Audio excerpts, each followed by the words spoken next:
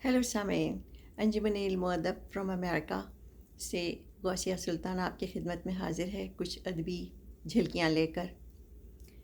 हर माशरे, हर कौम और हर तहज़ीब की तरक्की व तरोीज, बक़ा और इस्तेहकाम उसकी बेहतरी के लिए हर दौर में कुछ मोहसिन, कुछ रहनुमा और कुछ दानिश्वर और कुछ अहले क़लम जन्म लेते हैं और जिन्हें एक मेमार कहा जा सकता है।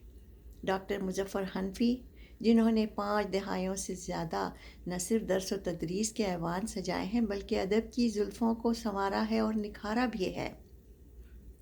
अभी इसी पेंडेमिक के दौरान वो रहलत कर गए हैं, लेकिन उनकी यादें, उनका काम हमारे साथ मौजूद है, जिन्हें हम असर शोरा ने न सिर्फ सराहा है, पसंदीदगी की नज़र से देखा है, बल्कि उनकी शाराना अज़मतों का एतराफ़ भी किया है। मध्य प्रदेश, हिंदुस्तान में इन्होंने कई इल्मी नमूने पेश किए हैं जिससे उनके तालिब इल्मों ने इस्तिफ़ादा किया है, जिसके पेश नज़र अगर ये कहा जाए कि उनकी अदबी ख़िदमात का जो रुख है या उनकी फ़िक्र रसा की तरह एक बरतर फ़िक्र है, इदराक हयात है, माशरे की एक पैकार है जो आज उनकी यादों से वाबस्ता है। बैक वक्त एक तख्लीक़कार में एहसास की नज़ाकत और शिद्दत और असरी आगही के साथ साथ आने वाले वक्त के ख़दमों की चाप भी सुनाई देती है। ये बड़ी बात है। उनके अफ़सानों में इज्तिमाई कर्ब, एहसास ज़ियाँ और बशारतों का इम्तिज़ाज मिलता है और शायरी उनकी इज्तिमाई शऊर की ख़बर देने वाली, गोया गुज़रते हुए वक्त की साथ के चेहरे पर अनमिट निशान छोड़ते हैं। इस तरह अमली, अदबी, तहज़ीबी, इस्लाही और मालूमाती गर्ज़ के हर शोबे से ताल्लुक़ रखने वाले मशाहिर अहले हुनर की यकजाई और उनके अफ़कार आलिया का इबलाग़ मिलता है। उन्होंने निस्फ़ सेंचुरी तक इल्मी व अदबी सरगर्मियों के साथ लिखने और पढ़ने और ज़बान उर्दू की तरवीज और बक़ा का काम करते हुए उर्दू का नशेमन आबाद रखा। कहा जाता है कि इल्म दानिश इंसान के मिजाज में इनकिसारी, आँखों में ज़हानत की चमक और शख्सियत में वक़ार पैदा करते हैं और यही औसाफ प्रोफ़ेसर मुज़फ़्फ़र हनफ़ी की शनाख्त हैं। वो अपनी ज़ात में इल्म का दबिस्तान थे।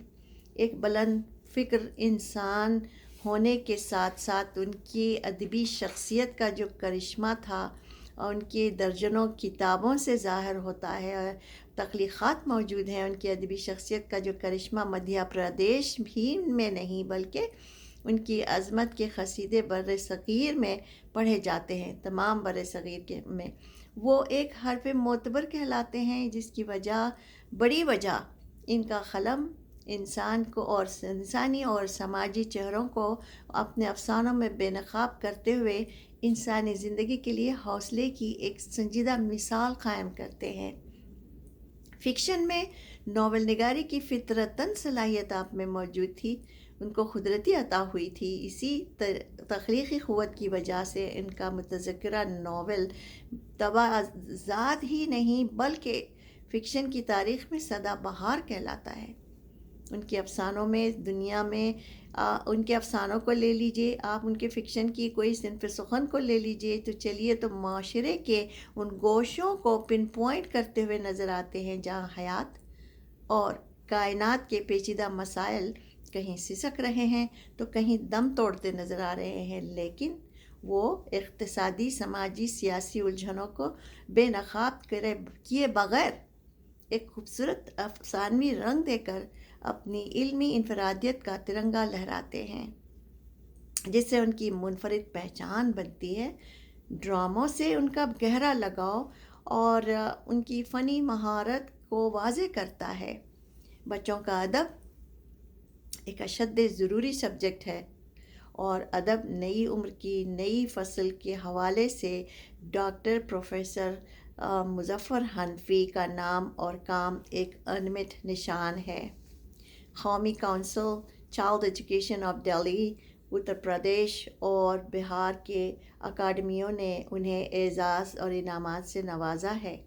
Child education is so important, بہت اشد ضروری سبجیکٹ ہے جس پر انہوں نے کام کیا ہے۔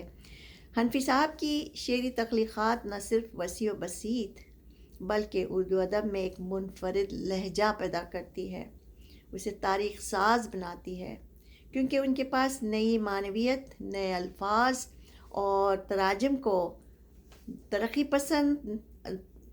پسندی اور شستہ زبان اور قالب اردو میں ڈھالنے کا جو وہ فن رکھتے تھے، شاید ہی کسی کے پاس ملتا ہے۔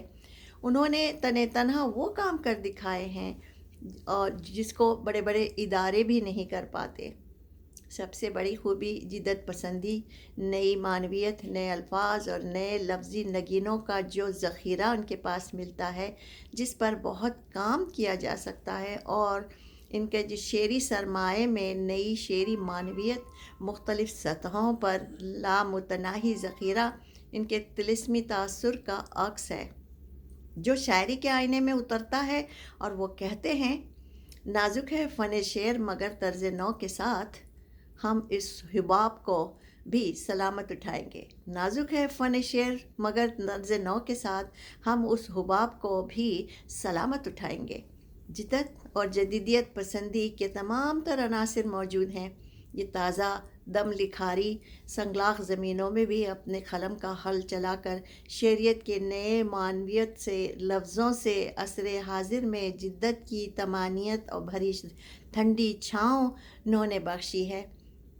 وقت طولانے کی اجازت نہیں دیتا، ورنہ طویل بات بھی کی جا سکتی ہے، اور ادبی دنیا میں پرعزم فعال شخصیات برصغیر کے آسمان پر اپنی الگ پہچان اور شناخت بناتے ہیں۔ ان میں ڈاکٹر حنفی کا نام سر فہرست ہے۔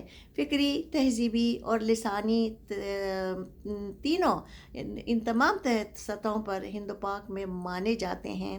یہ ذخیرہ الفاظ اپنا ایک مزاج اور ایک الگ لہجہ اور روایتی اعتبار سے اردو کے اخراج سے مختلف ہے، جنہیں ہمارے عہد کے زندہ جاوید شاعری میں خوبصورت اضافہ کہا جا سکتا ہے۔ بھائی یوں تو دنیا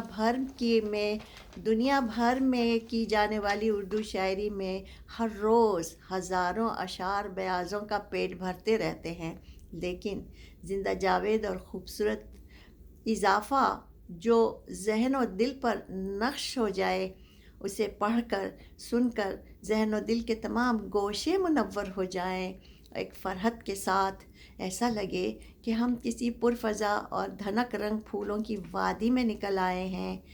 ایسے شاید ہی ملیں گے جو احساس کے شہر میں نئی روشنی کے ساتھ اپنے علم کو خبر ہی نہیں بلکہ نظر بناتے ہیں۔